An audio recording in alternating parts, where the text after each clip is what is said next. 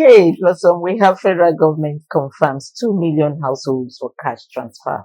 The federal government has commenced a rehabilitation exercise of the National Social Register as part of efforts to strengthen the ongoing conditional cash transfer program aimed at cushioning the impact of economic reforms.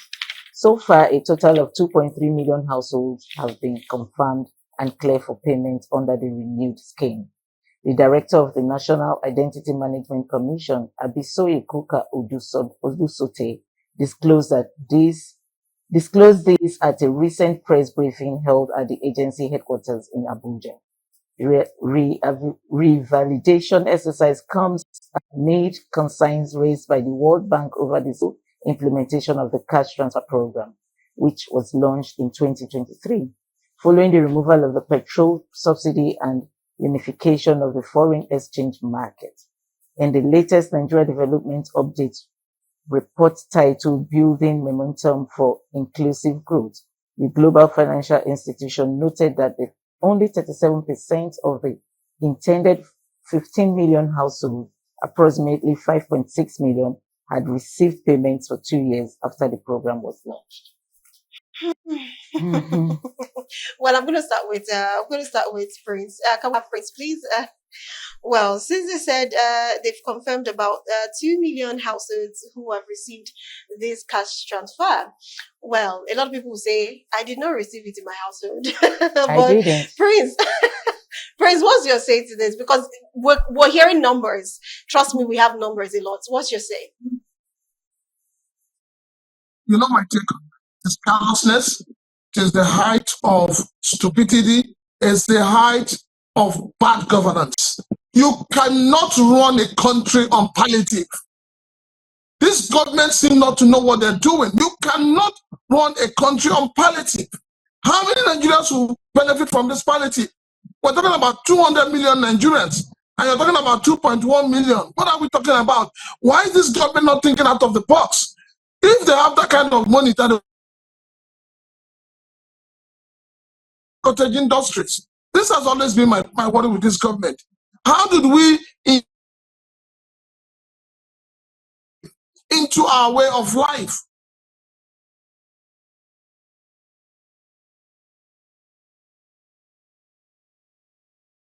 Let us stop promoting it.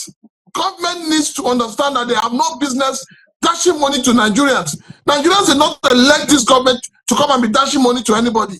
Create an enabling environment for Nigerians to strive and survive. So please, most times when I hear things like this, I get so upset. We have Betta Edu's case that has not been resolved. So what are we talking about? Now you want to start another one, and then tomorrow people will start crying, oh, they didn't get it. So please, this government, if they have no idea, if they are completely clueless, the president should resign. That's okay, all right.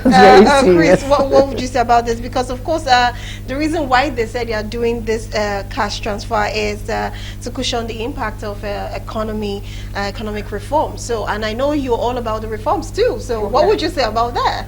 Okay. To start with, what is the process of establishing the social register? How credible is the social register?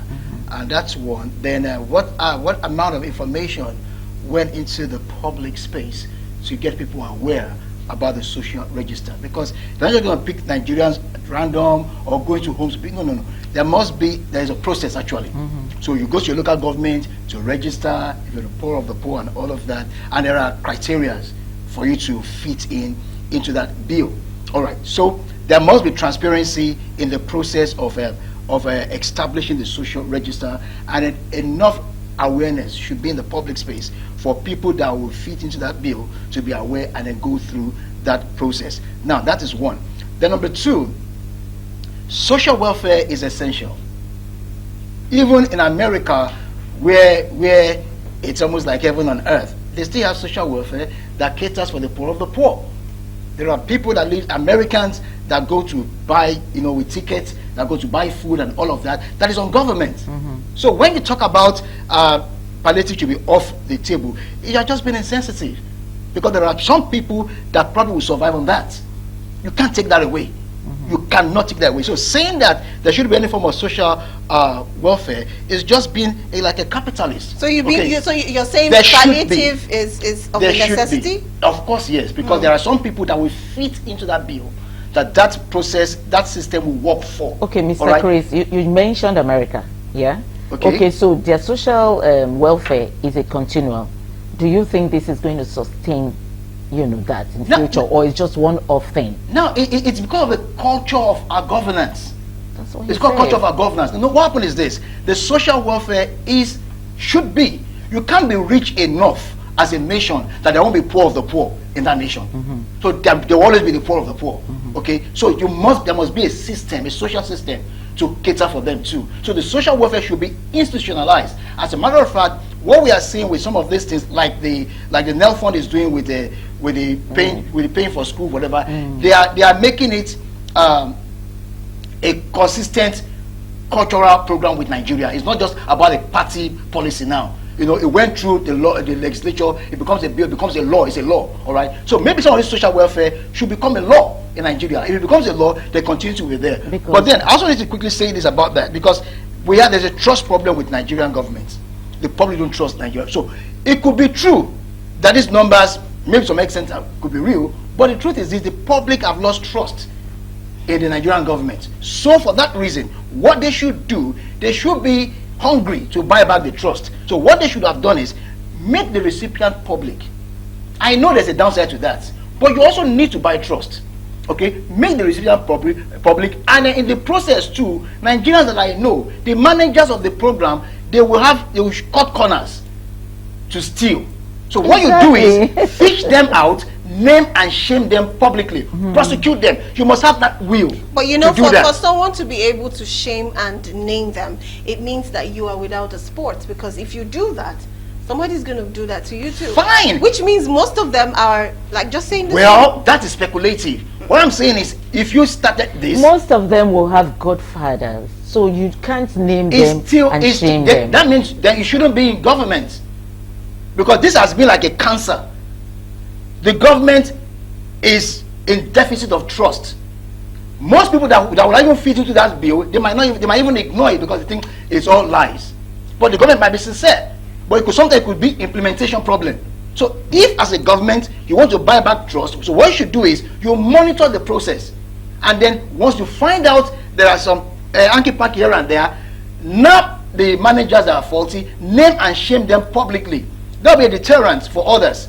Then the recipients too, do something to make them, make it public, so people will know it's real, it's happening. Because like we can see with Nelford. If Nelford is not coming public, all right, to display what is happening with Nelford, I am very sure people will say it's all fraud, it's all lies. I was always thinking I will not clash with Prince Chila today, But you did but clash. already we are clashing. And I think I will count you very lucky today, Because he's not here. because he's not here. If he was here, it would have been something else. Maybe trust me. maybe But we understand his angle, where he's coming I from. do, yeah. And then we also understand yeah. your own angle. Because like you said, aside from you saying my household, because to be honest, I don't even think you need that, and I don't think I need it. I don't need it, Yeah, but there are people who that need does that. need it, yeah. But now the problem I feel about all of this is those people that need it, would they actually be the ones to get it? That's where the problem. implementation It's a problem percentage. comes Yes, in. exactly. Because sincerely speaking, they do get it. But what I also know about the managers, because we said it here or something on the program,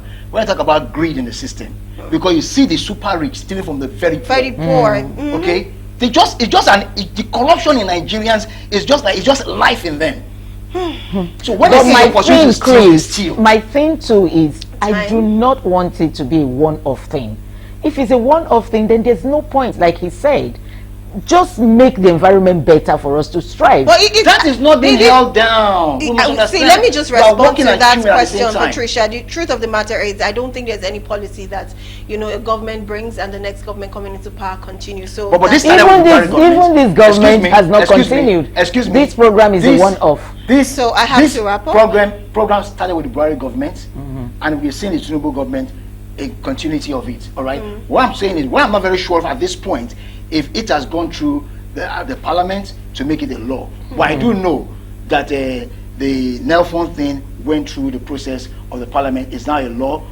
gazetted in Nigerian law, okay, that other government will have Okay, to all right. repeal to stop.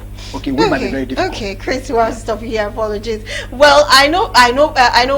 Prince is probably shaking on his chair right now, going back and forth because he wants to say something about that. But apologies. We would like to say thank you to you, Prince Chilaka, for being part of the show.